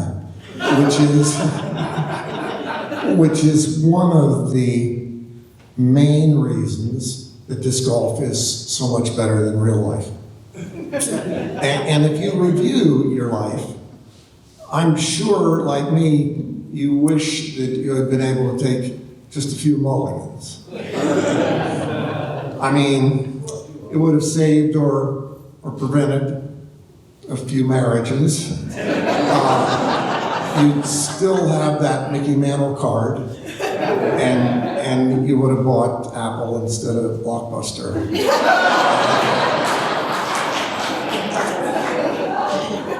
Apparently, I'm now 77. And I warn you that 77 is kind of unstable. But I'm hoping if I can make it to 80, I think I'm going to be okay.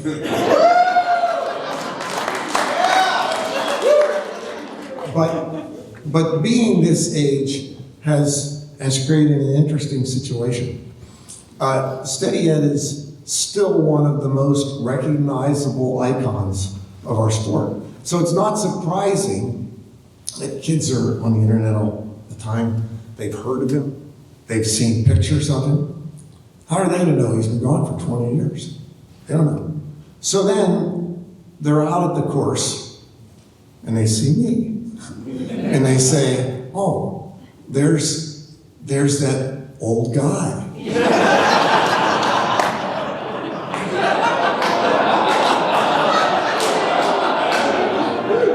I mean, you tell me. They come up and they say, steady Ed, right? 0-1? I don't want to disappoint him.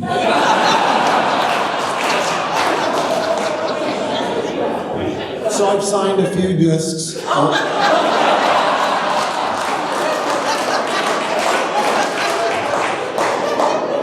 0-1. But for your collectors, I put a little asterisk. Just so you'll know. I think Ed would be pleased. So first, a little pre-Oak Grove disc golf history. All of our events prior to that time were nomadic, hunters and gatherers, basically. Like at Octet 74, for the 8 events, we brought out all the equipment, put up the distance lines, put the circles for TRC, and the golf was ribbons around trees. So we put them, proceeded to play our round, and when we were done, we gathered everything up, threw it back in the van, and took it home. That was it. You're done. Travel to the next spot. Even at Jim Palmieri's 1974 AFDO, Jim brought out his little cardboard boxes, laid them out at St. John Fisher, and after he had given away the Datsun, he hauled the boxes back home and put them in his attic, where they remain today. We also tried other kinds of ground baskets. Gary Subert's chicken wire basket. Repurposed sewer pipe. That's Rochester. And the next one is more like sewer pipe.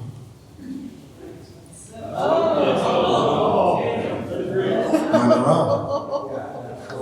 Incidentally, Ed hated all of the ground baskets.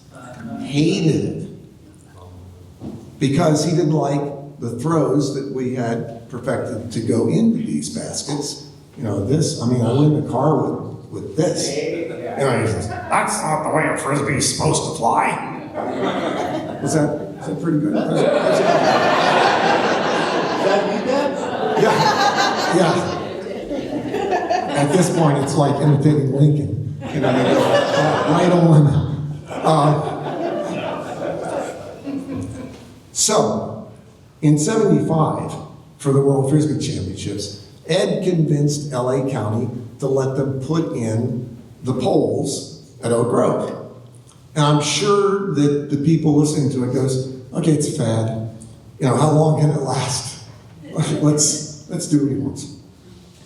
75. Does that feel like a long time ago?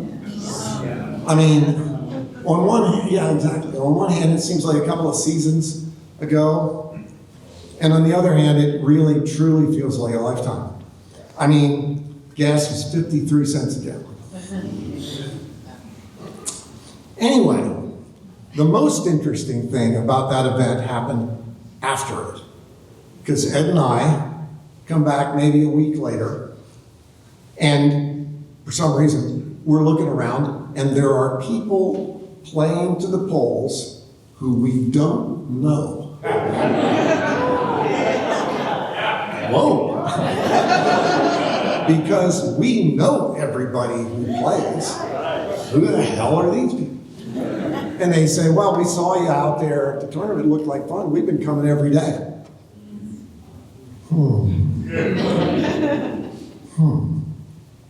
So that gives some context to Ed's leap of faith when he leaves one of the world's greatest jobs to follow this dream.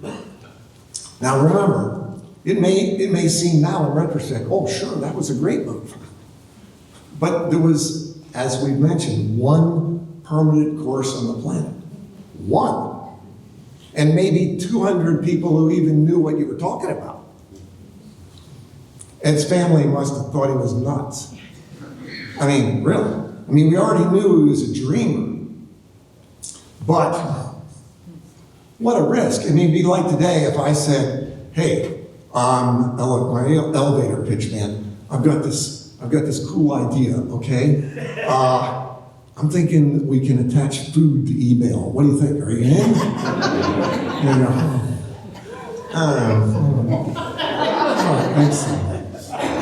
But Ed saw something, and that idea is available. It's talk to me later.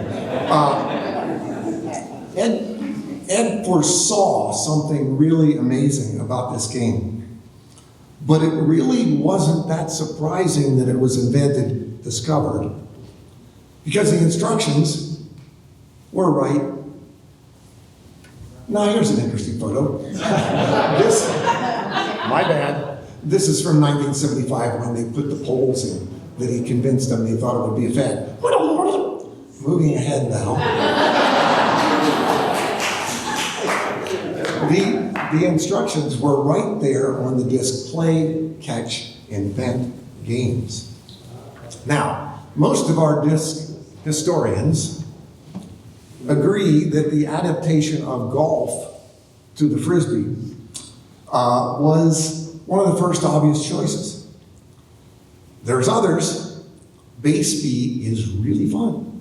I don't know if you've ever done it. There's a few problems with the batting. Okay, that's a little rough. DDC is our very creative answer to tennis.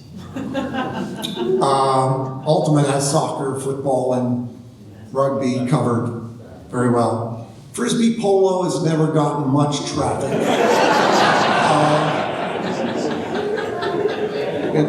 It's a wonderful idea, but as we know, the marriage of the Frisbee and golf has turned out to be splendid. Yes. And what a gift it has been. Yes. Yeah. In a time when we face such division and digital isolation, this provides a unique opportunity to connect with others. A round of play is not just a meet and greet. At its best, we're sharing a mutually revealing experience.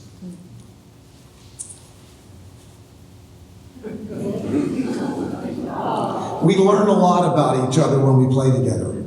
How do we deal with adversity or with success? It can be a highly interactive social experience.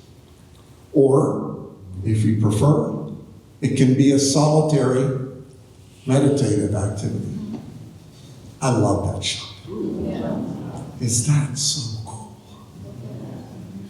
Went in, it went in. That flexibility, not that it matters, that flexibility is one of the genius features of the game. And obviously the course is an essential component of those experiences. Sure, we can go out and just throw the disc, we've all done that. But the framing of the flight is a challenge that is really important as well. I guess a person could go out and just shoot basketball without the basket. That's like serious zen there. Oh, just short.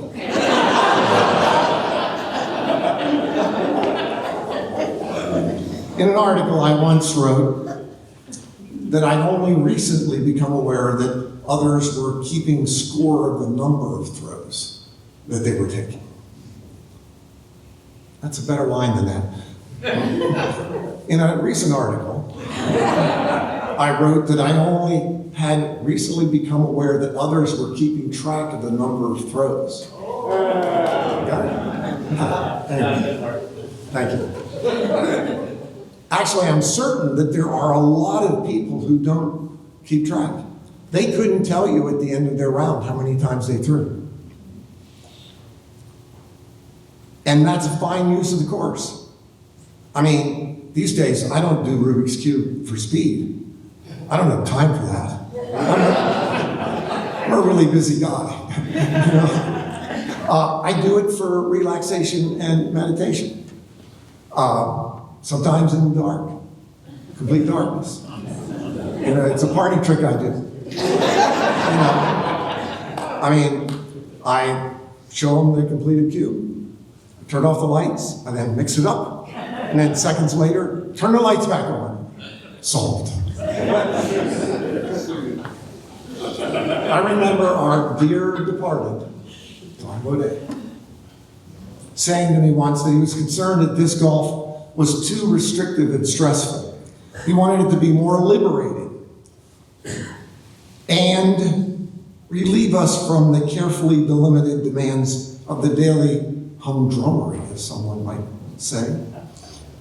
The great thing about the game is that you can play it any way you wish. Every throw is truly its own adventure. The game reveals our human frailties. Even the very best often falter. My dad always referred to golf as a game of acceptable misses. One of the greatest mental traps is the futile pursuit of perfect. The early discussions of the game focused on the wide range of strategic solutions to the game's challenges. Thank you, Mr. Tibbs.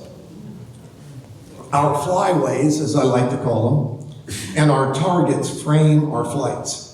And that's what makes the game and our players so telegentic. When Philo and his colleagues are commenting on the Pro Tour broadcast, they have a really rich opportunity to share the mental processes that the players have when they're making their strategic choices. And they are distinctive and accessible to the viewer, largely because most of the people watching are also players. They know the challenges from their own experience.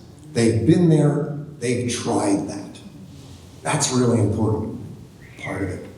And speaking of Philo, let's talk about the most spectacular shot of his career.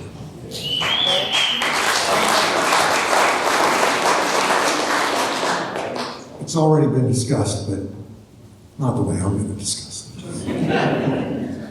His incredible albatross at the 2016 Beaver State Fling, 3 under par.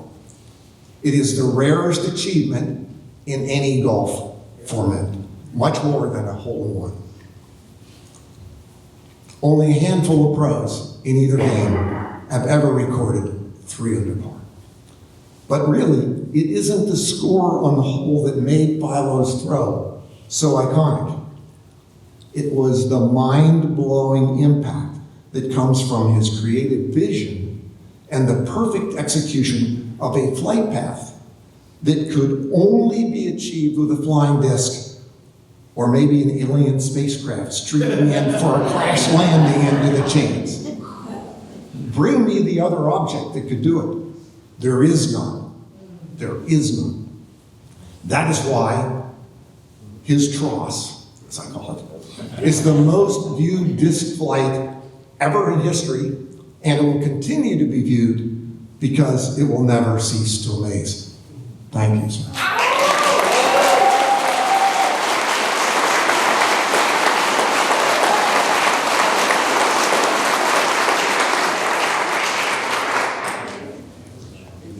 So let's talk about the courses for golf. After a century-long hiatus, the 2016 Rio Olympics featured ball golf competition. That gap's kind of amazing because the game has been around forever. It is, after all, royal and ancient. I mean, they had their golden jubilee in 1800. The problem for the Rio Olympics was that very few Brazilians play golf. So they needed a world-class course that had to be built from scratch for the games. That cost came to nearly $20 million. They did get it built almost in time. The competition was successful and the participating pros were very positive about the layout. However, after the Olympic torch was snuffed out, the future of the course was uncertain. There simply wasn't demand to continue to play it. As a result, the course fell into disrepair and closed for a fairly long period of time. Since then, it's been partially restored and is currently open for play, if you wish to go there. But it's somewhat neglected and no bargain for a greens fee of $500. On the other hand, the 2001 World Games in Akita, Japan. Back up. That'll do. Barry and Julian, thanks, nicely done. Featured both co-ed ultimate and disc golf as gold medal events for the first time ever. Just like the Rio Olympics, we needed a world-class golf course in a spot where there hadn't been one. WFDF and the JFA worked for about 3 months planning the layout, installed the portable equipment in 2 days, had 4 days of intense competition, and then removed the entire setup in about 2 hours. There wasn't a trace we had ever been there. And that's an amazing contrast. It's not to say that they shouldn't have had ball golf in Rio. It's just to say that it's much more difficult to execute. And sometimes that's a showstopper. I've always been a fun to hassle ratio guy. I mean, skiing in Aspen is great fun, but it's a tremendous hassle. Skateboarding down Rim Road, great fun, hardly any hassle at all. I like that. I like the ratio for disc golf. Oak Grove, actually Hahamumna, Watershed Park these days, currently has 87 sleeves in the ground. So, multiply that by an infinite number of throwing pads. And so that equals, Conrad, what do you got? No, not in infinity. It was 87 times infinity. It's still infinity. Well, it's beyond infinity for sure. Okay, infinity and beyond, do I really go there? Let's say we have a ton of flexibility. I mean, bowling is a cool sport. But I don't think you hear people talking about the great bowling alleys they've been to. You know, the whole goal is to have every alley exactly the same. Playing the course on Aspen Mountain is a completely different experience than playing Oak Grove. Go do that. 11,000 feet. Unbelievable. The disc's in the air for 20 seconds. Don't miss it. Aspen. Oh, there it is. There's my boy. Off to the left there. That's why they call this kiss it goodbye. No one has ever recovered a disc that went off to the left. Wow, that is cool. A huge part of the fun is this variety, and that's why people collect the number of disc golf courses they've gone to. I'm just guessing, but I don't think anybody collects bowling alleys. I could be wrong, but I don't think so. There's no great stories. A big change at Augusta National is to add a sand trap. The installation of a new green at a world-class course can run up to $500,000, a single green. Annual maintenance is about 10 grand for that one green. I'm pointing all this out simply because these considerations add up to a huge advantage for us moving forward. We are built to survive. And hey, Darwin assured us it's survival of the fittest. As cool as they were, the velociraptors are long gone. The cockroach is thriving. Doing fine after 235 million years. I'm just saying they are very low maintenance. Wonderful pets, apparently. Don't get me wrong. I love playing and viewing traditional golf. I love it. Especially their super cool disappearing ball trick. Whew. It's on the green. It's gone. Man. Or in Tyler's case, it's gone. With the Nike logo exactly positioned. Anyway. It may just end up, though, that being economically, ecologically, and socially less sustainable. We will see. It happens to other sports. Playing tennis on grass or clay is a wonderful experience, but the challenges of installation and maintenance are overwhelming these days. These surfaces have become exceedingly rare. So it goes to hard surface, and that's just a loss of some wonderful part of tennis, which I loved growing up on clay in particular, and it's just hardly ever available. Speaking of greens, you may have seen a semi-spoof article that I wrote a while back in a now-departed magazine. Anyway, where I was whining about the use of ball golf terms in disc golf. And I think some of my gripes actually made some sense. I mean, how many of our greens are actually green? Browns? But not always, so maybe we call them circles. Okay? You threw it to the circle. Threw it to the circle. And why do we tee off? We don't actually have to tee anything up like Rory does. There are no tees involved. Maybe they're launch pads. Are they launch pads? I think they're launch pads. And we shouldn't ever tap in. That's illegal. Okay? Just tap, we toss in. We toss in. But that's not my main complaint. Here it is. And you can help me on this. Should they really be called strokes? The word doesn't even appear in the rules.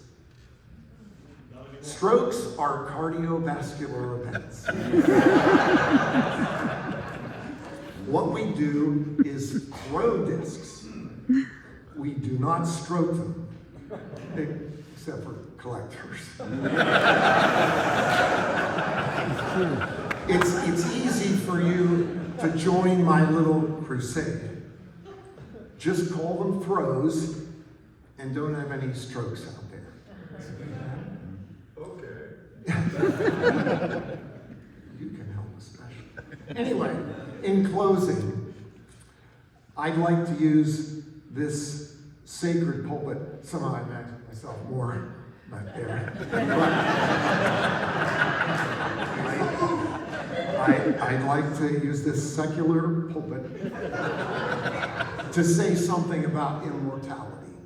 I once told my dad, Papa Jack, that his best and most long-lasting contribution to future generations may well be the installation of the 2 disc golf courses that he installed near our home in Pennsylvania. Oh, 2 of my dear friends.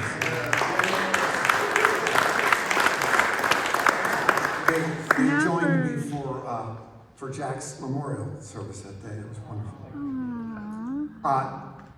Both of the courses are still enjoyed by thousands of players every year. Now, think about Ed's contribution. He made Oak Grove sacred ground for so many of us. here and all around the world. I mean, is that a cathedral or what? Yeah, it is. I mean, really. Yeah, it is. And finally, that brings us back to the genius of the Frisbee itself. It's such a very simple object. A plastic platter. The only moving part is you. It was enshrined as an inaugural inductee to the Toy Hall of Fame. And get this, the bowl wasn't included for 10 years.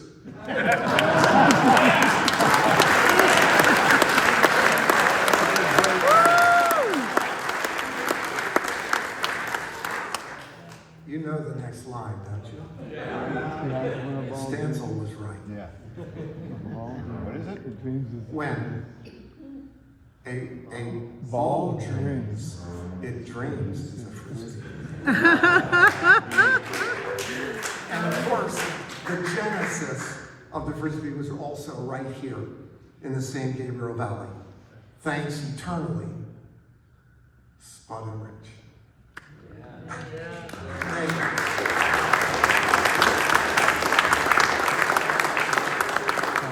They enjoyed their work. I don't know why people do that, air quotes, because the other punctuation is neglected. Like nobody ever goes, and then I said, exactly. You know, anyway. Sidebar. But, lastly, I ask you now to take just a moment to imagine your life without the frisbee in it. Take a minute. Take a minute. Not just the play, not just the thrills of success and the challenges met, but most importantly, all of the friends who have become part of our lives because of our shared passion for the magical flight of this simple saucer. And that's all it really is. Together, we have made it what it has become. We are blessed indeed to have had the frisbee in our lives, and because of it, we have had each other.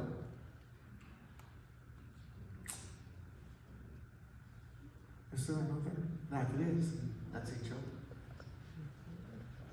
And your presence here tonight is such a wonderful example of what we have had together.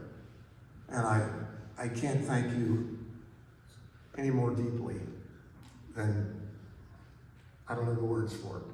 When I got out of the car this morning,